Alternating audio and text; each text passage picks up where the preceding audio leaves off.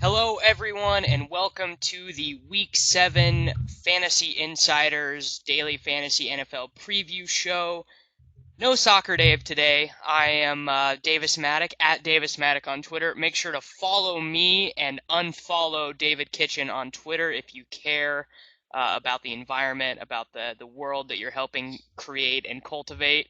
And I'm here, joined by my friends. My friends, JJ Zachariason, at Late Round QB on Twitter. He works for Number Fire and does awesome stuff over there.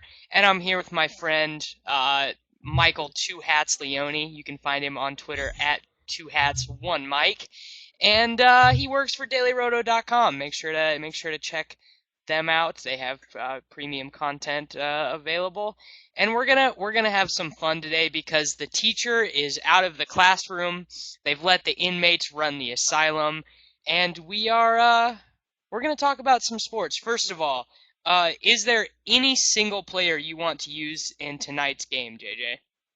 No, there's not. Leone has a case, I think, for a couple Seattle guys in tournament plays, though. Correct, Leone? I like to play Russell Wilson in tournaments literally every single week because he's been 1% owned and there's just a chance he could go 300, 100 and have a massive day. But I'm wondering if like the Thursday bias will cancel out the fact that he's been so low owned. You know what I mean? Because you can get him at 1% every week, but I wonder if that'll be the case again this week. And the Seattle D, I think, is like up there as a top, possibly the top defense on the week for me. So I have no problems playing them in a tournament. But for cash games, I'm entering and fading. Yeah. Yeah, Kaepernick has done fine, like fine for Kaepernick this year when like teams can't get pressure on him, but that will not be the case against the Seahawks, and he'll make some really LOL throws a couple times. Yeah. Aren't there some splits on him too when he's got a negative game script for the most part where he's just pretty horrific playing from behind? Who are you talking about? Which player? Maybe Kaepernick? Yeah, Kaepernick's terrible when he's behind, when he's playing from behind. Awful. Like really, really terrible numbers. So it doesn't really work well. Dude, because he has that awful throwing motion and just like is garbage. And no one loves Kaepernick more than Michael Leone. So if Leone is not on him, you know that you just need to look elsewhere. He was going to revolutionize the position. Yeah. He was going to revolutionize the position. Oh, I still love him so much. Is this like like me and Stephen Hill at this point? Like I'm just like all he needs is a chance. Oh my god, this is not like you and Stephen Hill. Kaepernick and Stephen Hill are not on the same. Comparable. It's not even comparable. Kaepernick just threw 300 plus and 2 touchdowns. Whatever. Yeah, let's move on. We've spent enough time on this game already. Okay, yeah, like I'm entering games, I'm fading. I think that's probably what we're all doing. So how, like, first of all, just some general strategy talk, dude. Like, this is the chalkiest week in the history of fantasy sports, I think. Like, there are legit, like, there's at least one play at every position that could be close to 50% owned in cash games. So this is something I was talking a little bit about yesterday, but do you think there is some value, I'll go Leone first, in taking a stance on a guy who you think will be low owned in cash games to get a differentiator for your head-to-heads and 50-50s? I don't think so. I don't really take into account ownership percentages when making my cash game lineups. I think even though it's a super chalky week, you're better off letting someone else make a mistake. If it's a low-owned guy that you legitimately like, I'm fine with that, but I wouldn't make a contrarian play just to try and cash your 50-50s. That doesn't make much sense to me, unless you're like on late swap and you have to based on the way the 1 o'clock game started. Yeah, I mean, I guess just the way I'm thinking about it is if you're, and this goes for both sites, but if you go Palmer, Gurley, Decker, Gates, like that combination of teams, like might be like that combination of 4 players might be 50% owned. Like, does that seem crazy, JJ? I think you're automatically going to overstate like what the public does. Like, for instance, like we like Decker, right? But he's not a guy that people are usually gravitated towards. Like, I can understand more with Gurley, especially his price tag, like on DK. Obviously, Devontae Freeman's going to have pretty high ownership. Gates is going to have ridiculous ownership. But at the same time, like quarterbacks, for instance, never have as nearly as high ownership as you think that they're going to have. Even Carson Palmer in this spot. So I think just given that, like with cash, it's just there's no need to do it.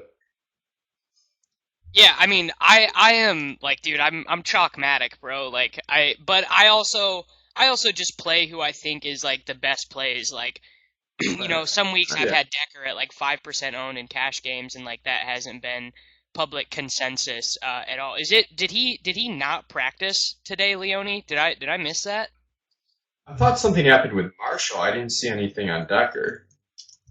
I But haven't seen anything back to your Decker. point, like even if all 4 guys are 50% owned, and I'm not as high on Decker as you are, but if all 4 guys are 50% owned, the combination of all 4 isn't going to be 50%. Yeah, exactly. Right. You know, It's it math. might even be like 20%.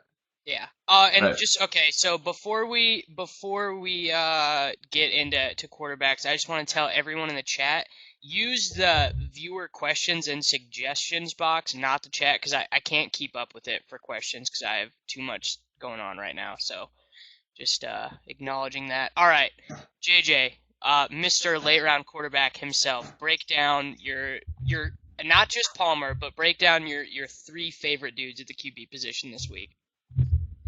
I mean, if we're playing, obviously Palmer's got to be the number 1 guy. You look at the Ravens secondary, they've allowed at least 22 fantasy points, standard fantasy points, not even with bonus, to every single quarterback they faced aside from Peyton Manning and Michael Vick, who obviously have struggled mightily this year. So Palmer's the number 1 guy from, I actually think that he could easily just be the number 1 quarterback this week, being agnostic about the cost. But if you're not looking at Palmer, Luck is in a really good spot against the Saints secondary that's bottom 5 against the pass. Only Brandon Weeden has scored fewer than 17 fantasy points against them this year. Those are two of the guys that I would be looking at. I think a lot of people are foolishly on Landry Jones this week.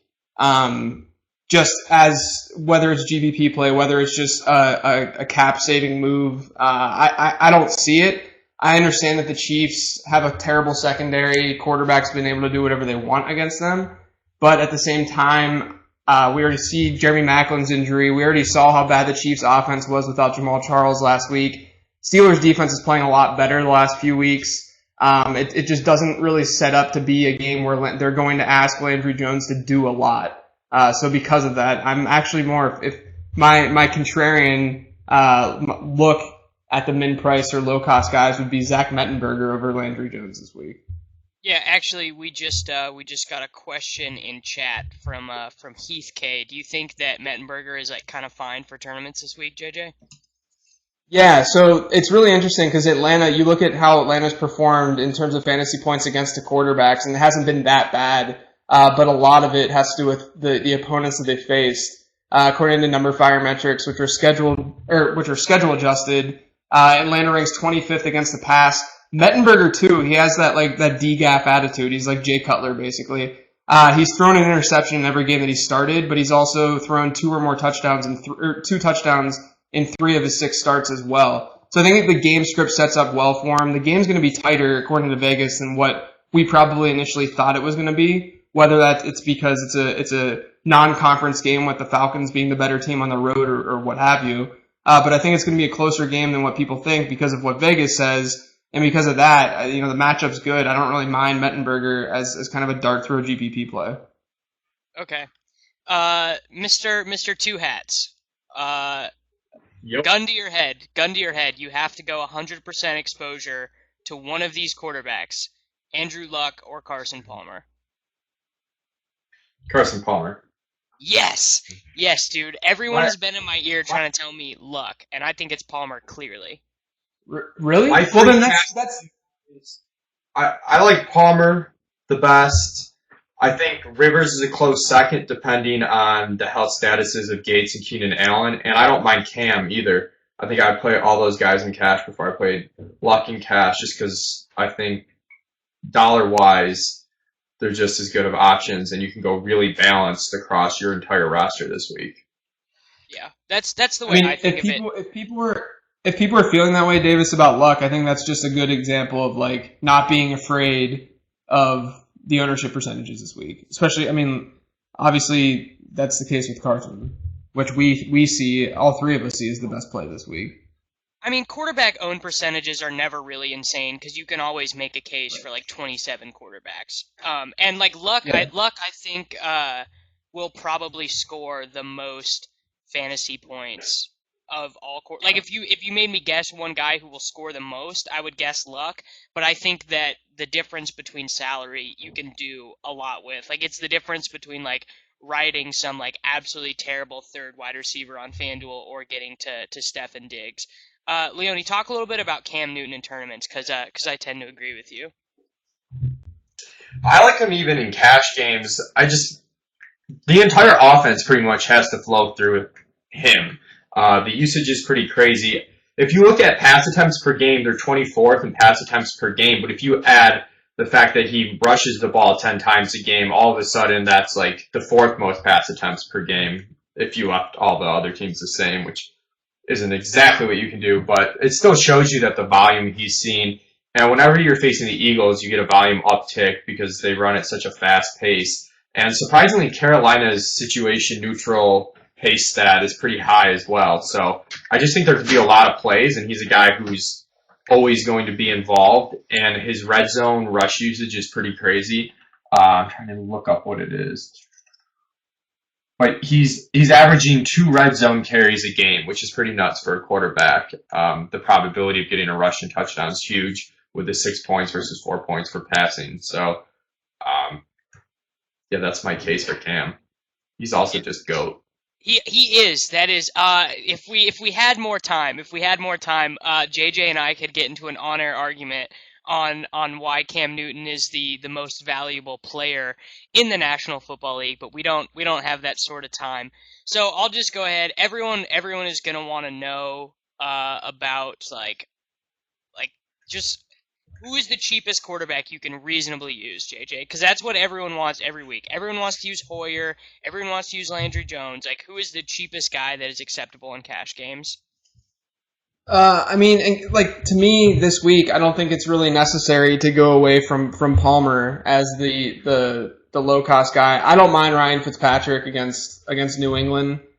He's going to see volume, and the thing with volume, like at the quarterback position, is it's not always an amazing thing, because a lot of times the reason quarterbacks are seeing volume is because they're not being efficient in the first place. But it actually there's not a super strong correlation with fantasy output. But I think the difference is that whenever you get an impact play, whenever you have such good wide receivers like Ryan Fitzpatrick does, you are set up in a position where if he does have to throw and play from behind, he's doing it with 2 really good playmakers, and he can score some fantasy points as a result. I mean, I'm still like, I obviously wouldn't play Met in cash, but that's kind of my like low cost, like kind of dart throw of the week. But I think Fitzpatrick would have the higher floor that you would feel safer with in a cash game. Okay. All right. Well, let's move on to running back. I don't know. I can't reasonably talk about Devontae Freeman, so I'm throwing this off to 2 hats. Yeah, I was talking with JJ a little bit about it before the show. Originally, I felt like he was a guy I would mix into lineups, but the more that I'm constructing, I'll probably have him closer to like 75 to even 100% of cash game lineups. The volume is just insane, and the way you attack Tennessee's on the ground, they're dead last in, I believe, Football Outsiders Rush DVOA, and according to Number Flyer, they're either second last or dead last. I might have flip-flopped those two, but either way, they're at the bottom of the barrel. And he's a guy that you could, if he has a bad game rushing the football, with his volume, he's still going to get you 80 total yards, 5 catches, with a high probability of a touchdown, which is 20 points on a full PPR site. That's like a bad day for him right now. Yeah. Yeah, and he's getting all the red zone looks, and even when Tevin Coleman was the starter, he was still getting, like 5 targets a game for those first 2 games. So, I don't know. Right. JJ, is he just the move? Do you just put like what are you doing with him in tournaments? Are you just running him in tournaments too, Leone? I have no problems fading him in tournaments. There's enough mid-tier and low guys. I like Latavius Murray. Some guys will get into Frank Gore. There's enough guys that I like that could score a couple of touchdowns where they come close enough to matching him that I have no problems fading him in tournaments and going like really high at 2 or 3 wide receiver spots. Okay. Yeah. What about you, JJ? What do you think about Freeman in tournaments?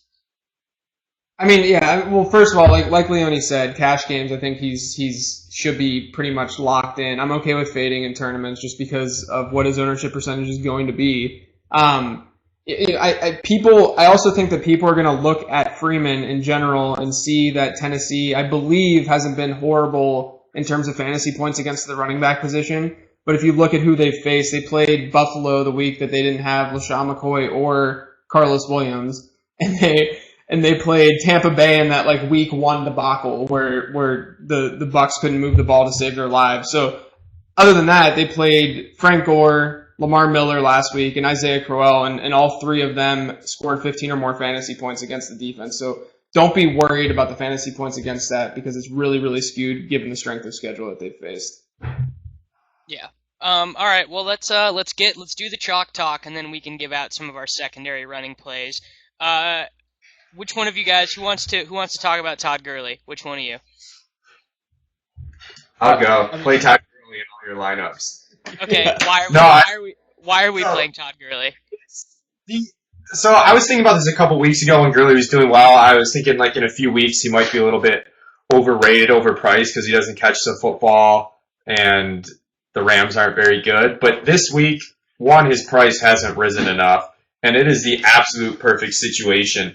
If you look at this Cleveland team, they are horrible against the run. Just like Tennessee, they're dead last and second dead last according to Number Fire Football Outsiders. One of them has 31, the other 32. Teams run a lot against them as a result of their defensive makeup. The Rams are in a rare spot where they're actually favored, and they're at home, 5-point favorites.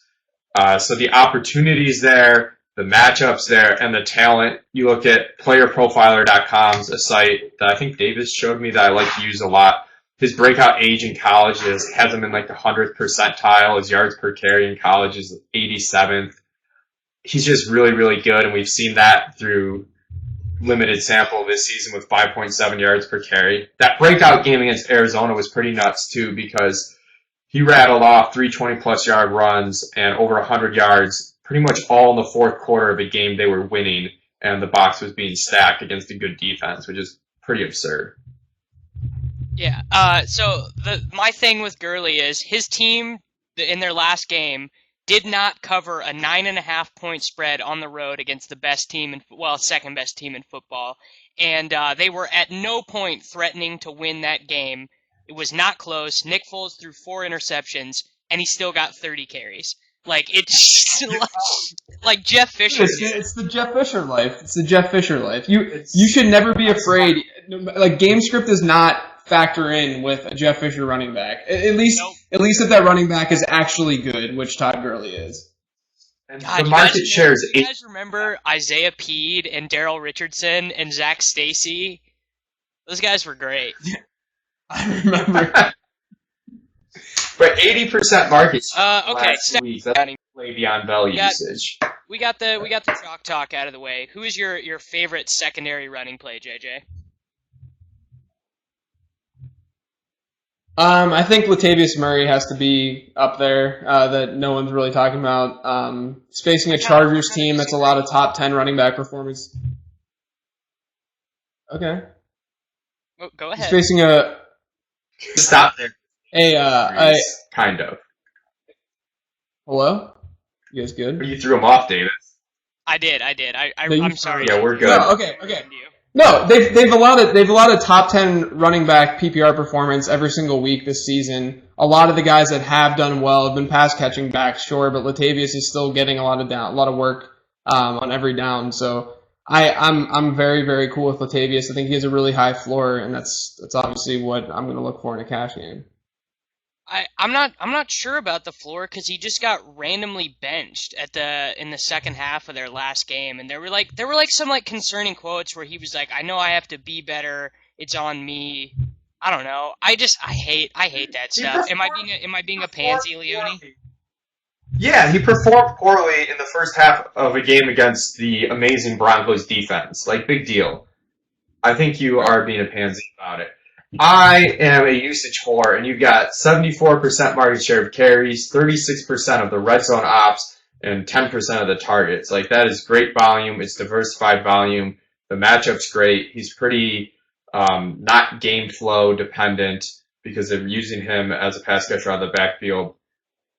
I think he's a really good option. I like Frank Gore a lot too, though. I'm on Yeah. old man Frank Gore train. He's a little I bit like cheaper. So ready for someone to bring up Frank Gore. What's wrong with Man, Gore are you this gonna- week? I would rather play Ingram. Ew.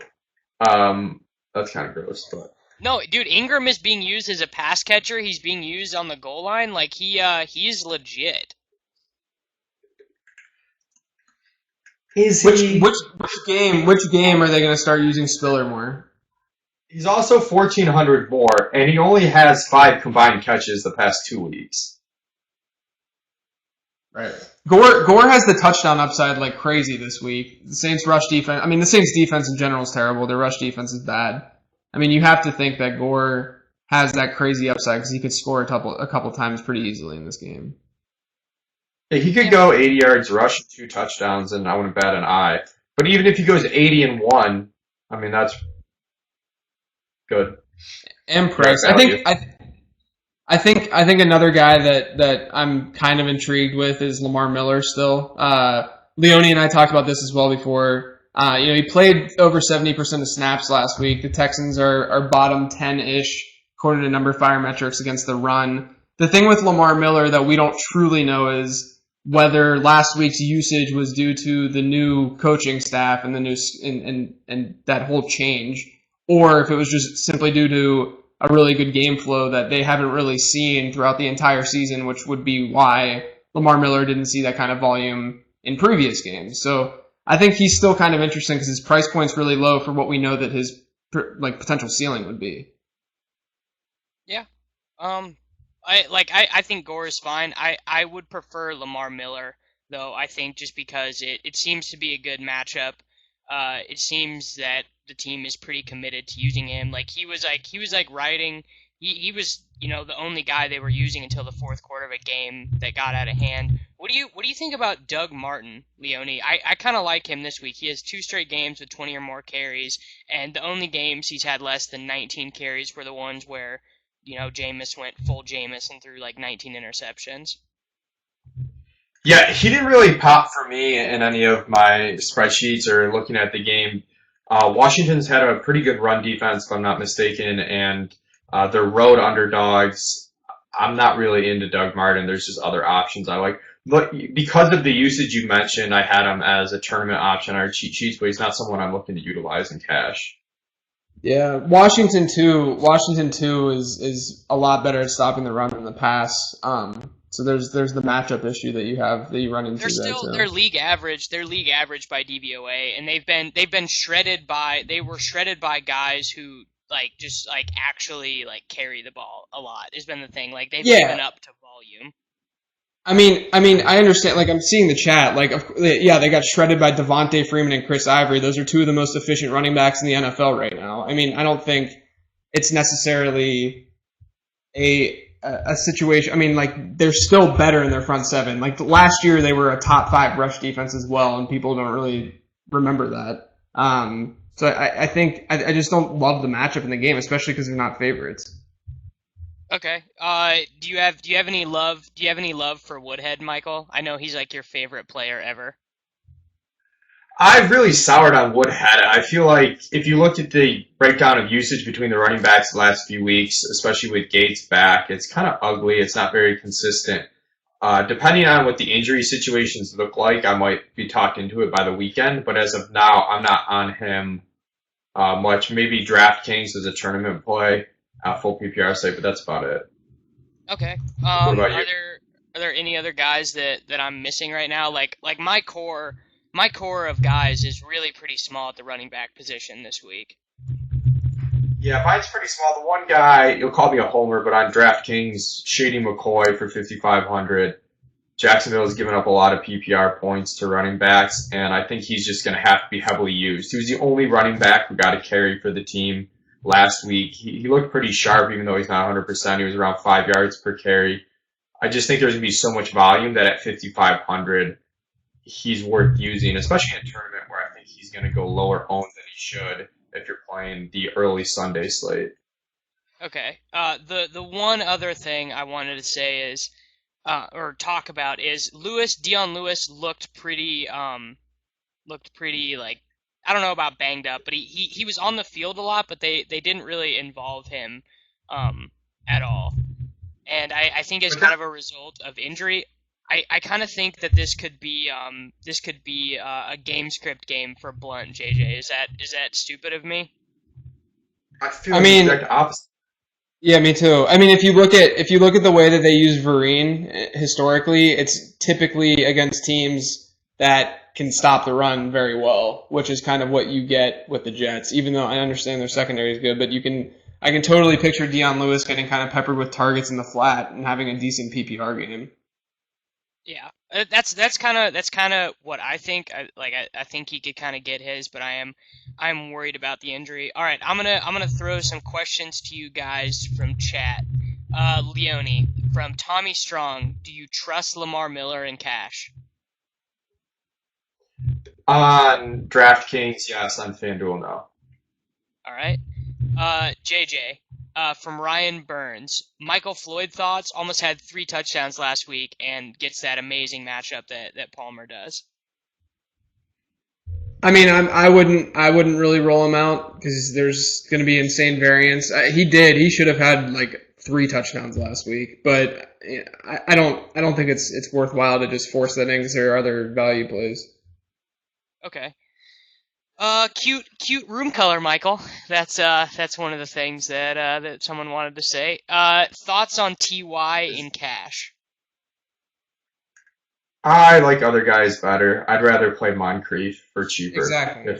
Yeah, I passing game. JJ, either one of you validate Justin Bailey's love for Kelsey over Gates this week in cash? I get the logic behind it with Macklin hurt, and obviously now Gates is banged up, but I think the cash play would be Gates has 27 targets his last 2 games. His 2 games this year. I mean, that is absolutely insane. There's really no reason to trust Alex Smith whenever you have 27 targets out of your tight end in the last 2 weeks in literally the best tight end matchup of the week, but it's my 2 cents. Okay. Moving on. Let's move on to I think. Yes, Leone. We didn't do any tournament plays at running back. I want like a bold call at tournament. Well, I said I liked Mark Ingram, and everyone's like, Ingram, bro, gross. Here's my Dwayne Harris. My Dwayne Harris take of the week is Dexter McCluster. That is my Dwayne Harris take of the week. Mine is Dexter McCluster. I like McFadden too. McFadden saw a ton of targets the last time they were. He took that Dunbar role. It's like the same, right? Is that your logic? I'm assuming. Year since Romo's been out, that role has had 10 targets, which is at minimum price is absolutely insane. Yeah, the logic for McCluster is that he's playing the most snaps in that backfield. If you believe that they're going to see a negative game flow, a negative game script, then he's going to be on the field catching passes, and Atlanta's allowed the most receptions to running backs in the NFL this year. I mean, I can't make fun of you because this is in no way worse than my Dwayne Harris take, which was one of my donkey takes of all time. I was with you. He was. I mean, it was really bad, but like also, expensive Dwayne Harris, Kendall Wright is also terrible. So I just need people to know that. Too. Yeah. Yeah. Okay. Let's move on to wide receiver. How much of a priority are you making getting Hopkins in your cash game lineups, Leone? I'm prioritizing Larry Fitzgerald more, and I'm probably a donkey for that, but Explain, please. the volume that he's seeing right now, the matchup is perfect. I mean, the Ravens give the most points to quarterbacks, to wide receivers. I think it's like the third most fantasy points. I mean, Fitzgerald, he looks great right now. If you look at some of his metrics, he's got an 80% catch rate, 10.8 yards per target, zero point 0.7 fantasy points per opportunity. All three of those are well above average, some of them bordering on elite. I think I would rather save and go Fitz, but you really can't go wrong with Hopkins. Like, the volume's absolutely absurd. Like, he has 15 more targets than the second closest guy, which is Demaryius Thomas. That's an entire game's worth. He's collected an entire game's worth more targets than the second closest guy. That's an extreme outlier.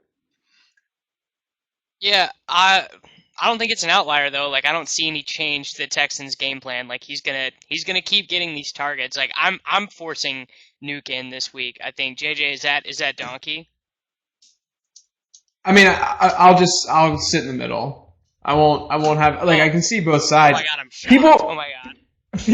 People talking about Brent Grimes. I don't know if this is real talk or not in this chat, but no, I would not be worried about Brent Grimes. People mean this. People mean that Brent Grimes is a shutdown corner after giving up 7 touchdowns last year. They mean this. They mean this. Yeah, like, it's not good. I mean, DeAndre is going to be fine. He's not only matchup proof, but this is a game where the Dolphins haven't been great against top wideouts either this season. It's just, he's in a decent spot. So I can totally understand playing him, but at the same time, I think if you're trying to get, let's say, if you're playing on DK and you're trying to get Gurley, Freeman, and let's say Latavius Murray in your lineup, it's not like an easy thing to just say, hey, I'm going to play DeAndre Hopkins.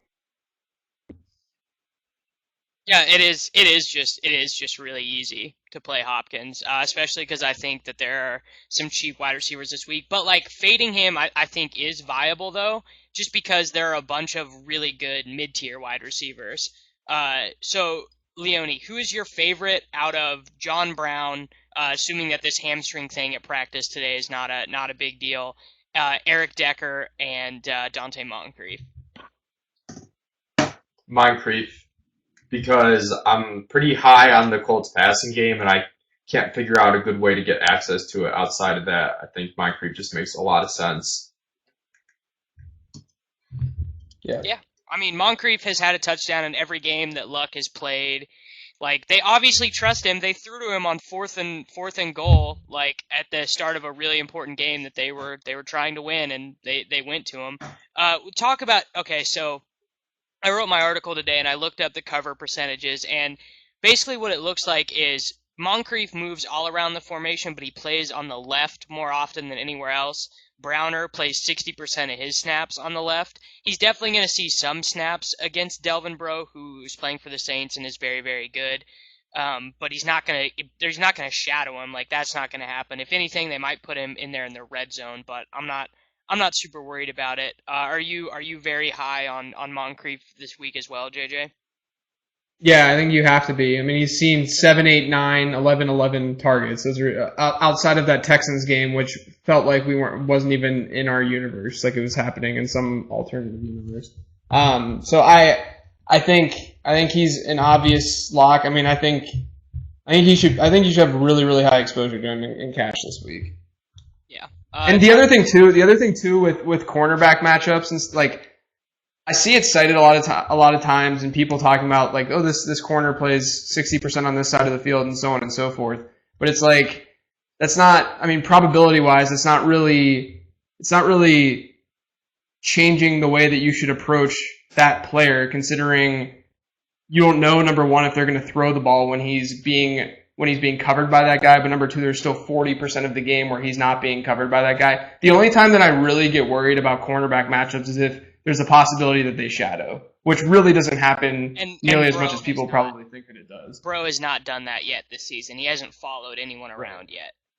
So, yeah, I'm pretty. So that's really. I'm definitely in on Moncrief. I mean, Decker, obviously, scored a touchdown in every game this season. His, like, market share of targets isn't very good, But they also haven't had to throw a ton. They're 4-1. They're winning these games. They're controlling the ball on the ground. I really don't see that happening against New England. New England has given up, these gigantic games to second wide receivers, and it totally makes sense when you think about the Belichick ethos, which has always been, we're going to shut down your number one option and then kind of bend, don't break with your secondary options. And the last time that the Jets were in a game script like that, it was against the Colts, where Decker had 9 targets for 96 yards and a touchdown in the first half. Plus, dude, the Decker play where they get on like the 4-yard line, they motion him in from the outside, get the cornerback on the move, and Decker just runs the little slant and sit and just catches the wide open touchdown. Is 100% Decker too much, Michael? Yeah, 100% Decker I think is too much. I like him a lot too for a lot of the reasons you mentioned. His red zone ability is really good. I think he scored, if you look at the last several seasons, he scored about a third of his red zone opportunities, which is really, really strong for a wide receiver.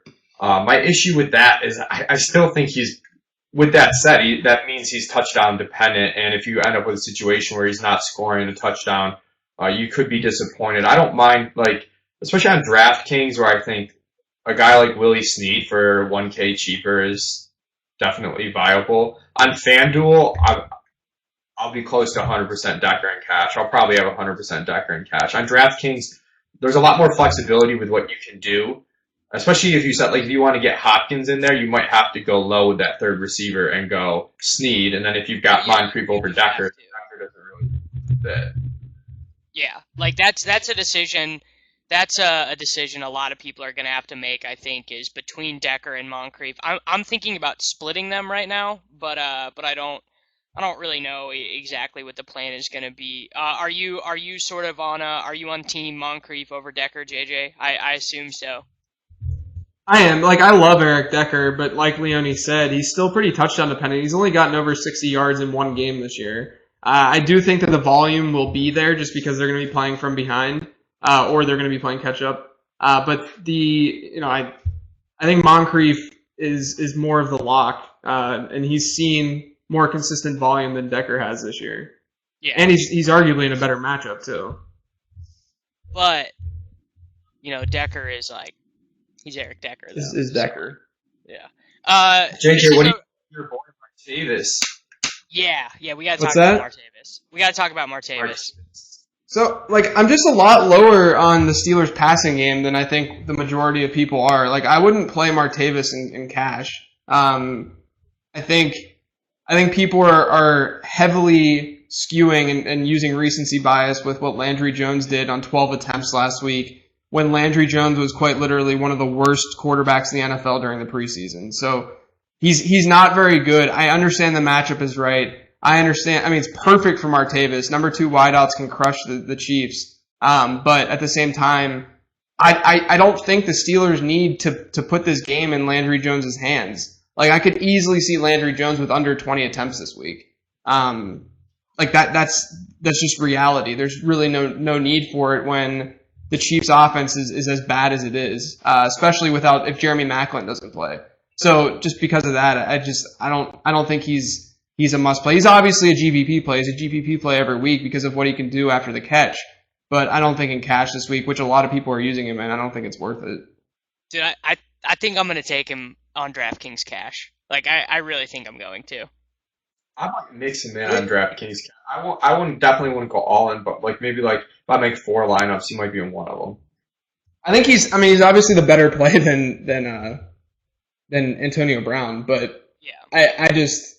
I don't think it's a risk that you necessarily need to take given the other wide receivers being so obvious close to that price range or around that price range. Yeah. But I wonder if it's close enough where if you're on Snead, you might want to split one of your Snead lineups with Martavis. Yeah. So that's the next some people just go all in on one cash lineup, but I play 3 or 4, so I'll make a decision like that where if I've got Snead on 3, maybe I'll go Martavis on one of them. Yeah, that's fair. You really need a lot of yak this week with Martavis, which is what he brings, but dude, he's the bad ball receiver though. He's the one who makes sense with Landry. Landry's gonna throw these awful garbage passes, and Martavis is just gonna go and get them and do stuff and be awesome, and he's gonna score. Yeah, that's why Antonio Brown's been struggling so much, because he's a timing route receiver, and they're not able to do that with Michael Vick and Landry Jones. But still, again, I think a lot of this. I mean, we're going to see a lot of Le'Veon Bell this week. That's just what I would expect. Yes, we most certainly are. Okay, this is actually like I cannot decide on this, so I literally might just split them 50-50. Willie Snead or Stefan Diggs, JJ. You have to choose one. I'd probably go Snead. I think his role is less ambiguous, and that's really the reason why. If Charles Johnson ends up playing, who knows what ends up happening? I know that I fully expect Diggs to be a pretty consistent producer, but it's still in that range of I don't know exactly how they're going to be using him, whereas I know how the Saints have been using Snead over the last few weeks. Yeah, I mean Snead is going to see a minimum of like 6-7 targets. It sounds like the same thing that I said about Dwayne Harris, except Snead is like actually, kind of good. Well, he's just like actually kind of good, and Homer's not. If you're betting on one of those two games just getting out of hand, it's going to be the Colts Saints game. Right. Exactly. Yeah, and so it makes more sense to get exposure to that. The Vikings have 3 passing touchdowns this season, which is least in the NFL, and through 5 games they have 832 passing yards. So that passing offense is not exactly setting the world on fire. Yeah, Bridgewater's actually the worst. Like he's actually the worst. Okay.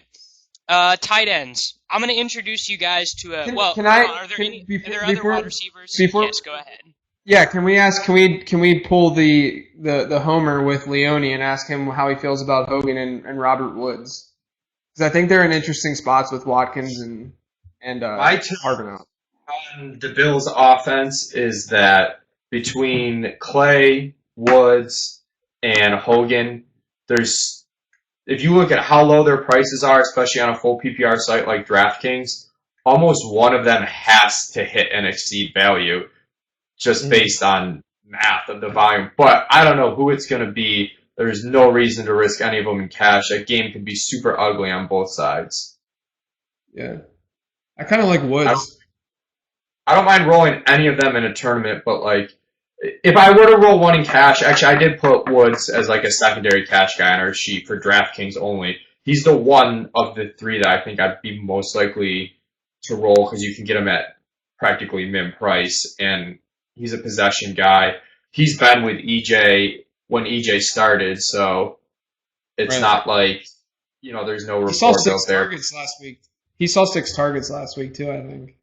Charles Clay had like 9 receptions last week. They're down every. It just could be gross, man. Go Bills! Go Bills! Go Blue Jays too. I still think they could win, but it's gonna be a gross game. Yeah. Okay. Tight ends. I'm going to introduce you guys to a theoretical world where Rob Gronkowski has less than 5 targets for 2 weeks in a row. The first time since his rookie season, and it's my world, Davis. You're just living in it.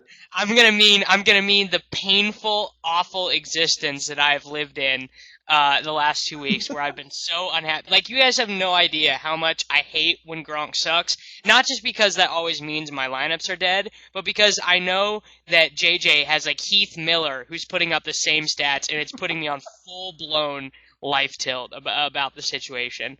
But Gronk he's not to play this week, dude. Like his routes take too long to develop. Brady's getting the ball out too quick. He's just not really involved down the field the way he has been in the past. So, Gates, dude, it's Gates this week. Are you worried about his knee for like Thursday lock cash, JJ?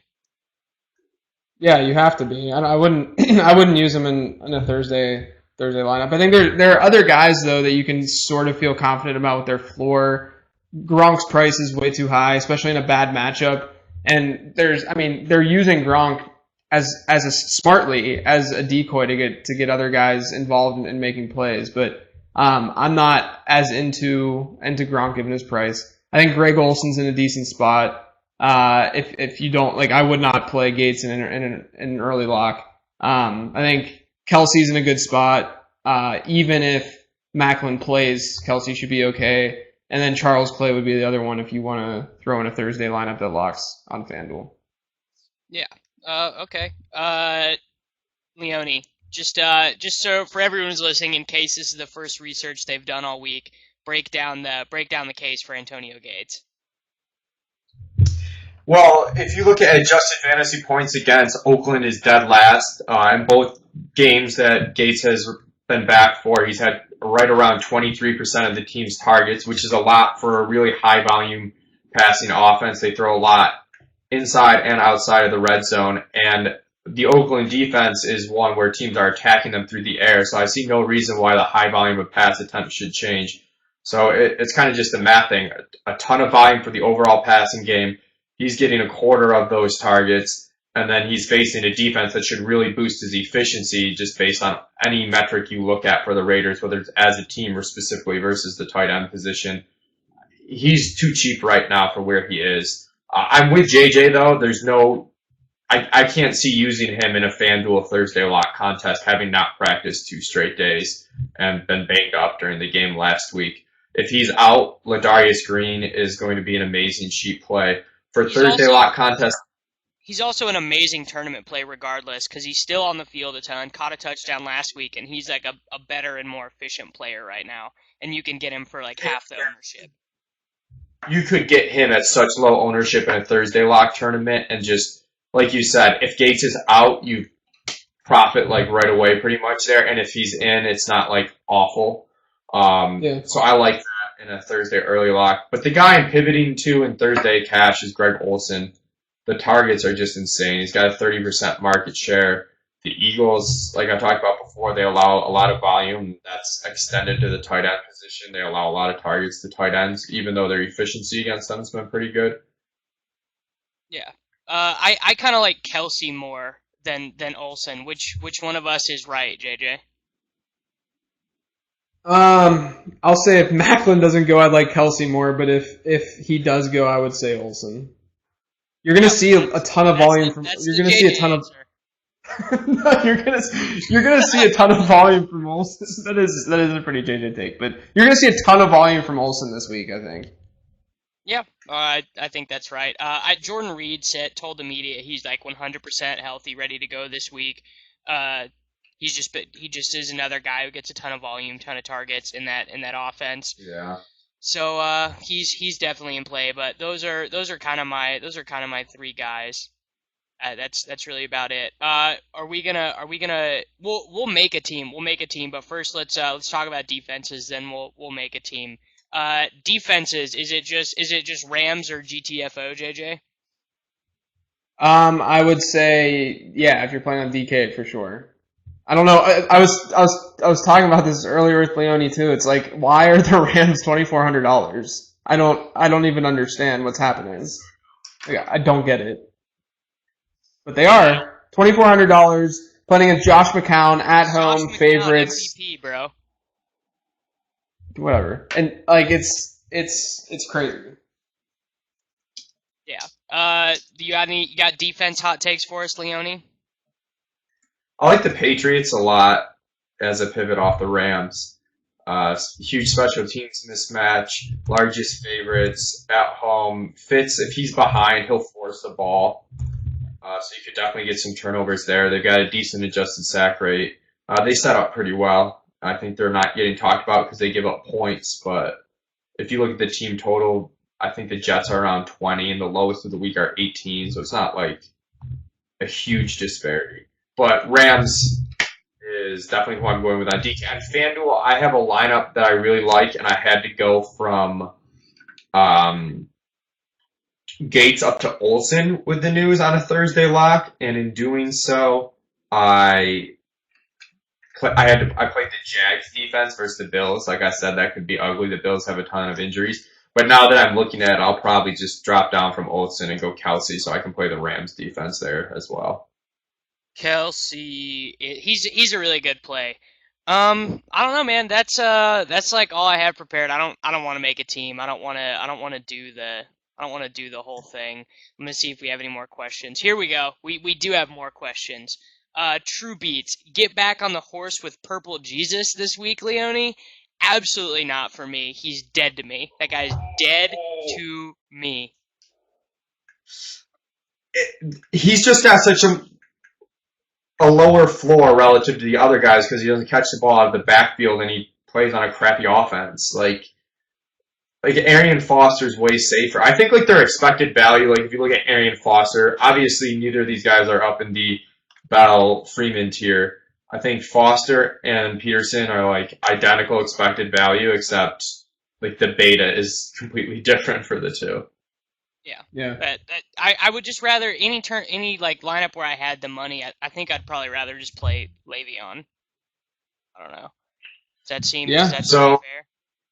Higher floor for sure. JJ, is Theo Riddick a viable option in cash on DraftKings?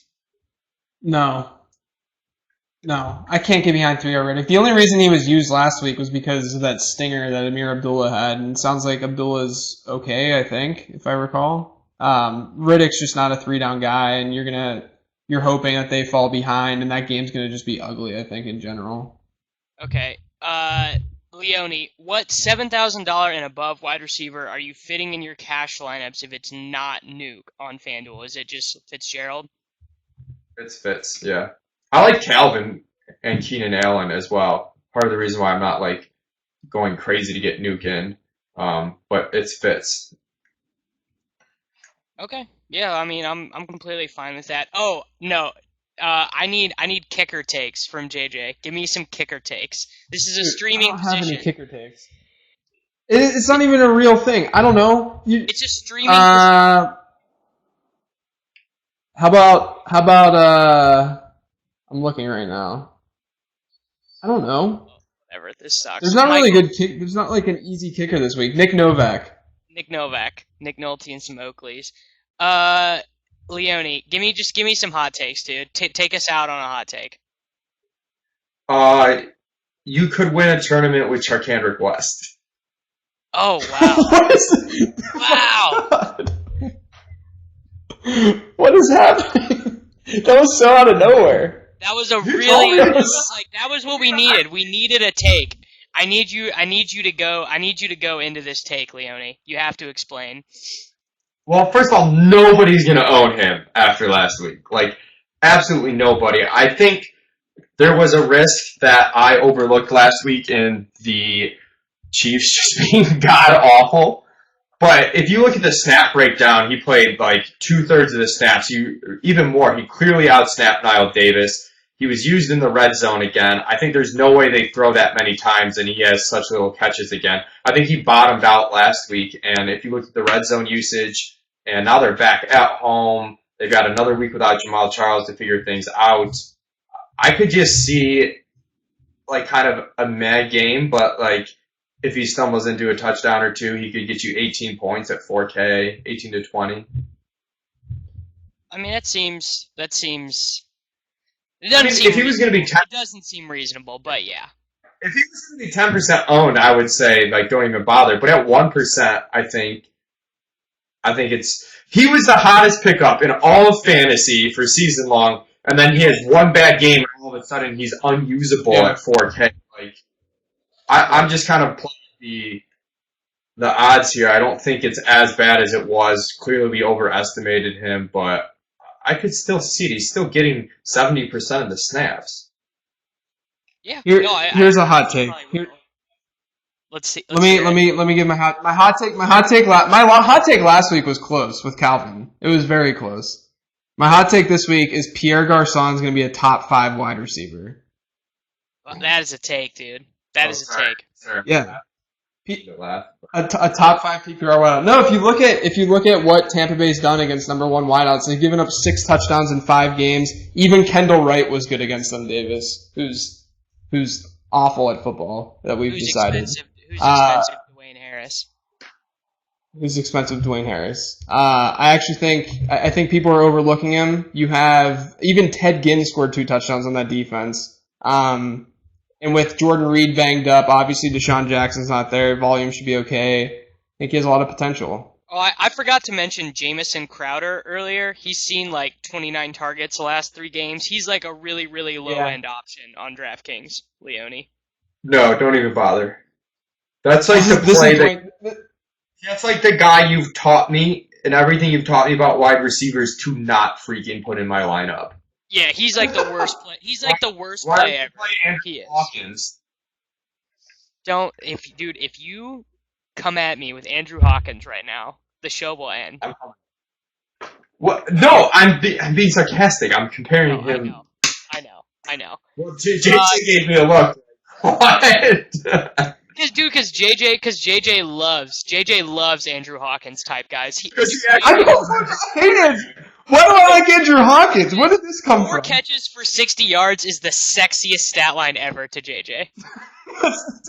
Dude, last year though, he wasn't that bad.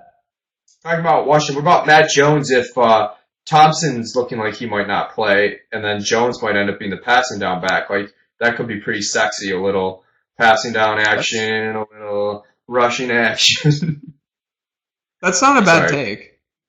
That's not a bad take. I like it. Matt Jones. Yep. Play All him right. in a lock tournament. Well, that'll do it. That'll do it for us here at the FantasyInsiders.com Spreecast. I'm Davis Mattek. You can find me on Twitter at Davis Mattek. Make sure to follow me on Twitter.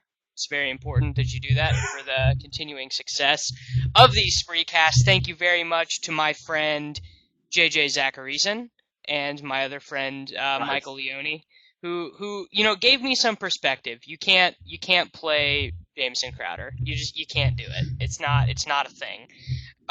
Thank you to everyone who listened, who submitted questions, and we will see you back tomorrow for the Swolecast.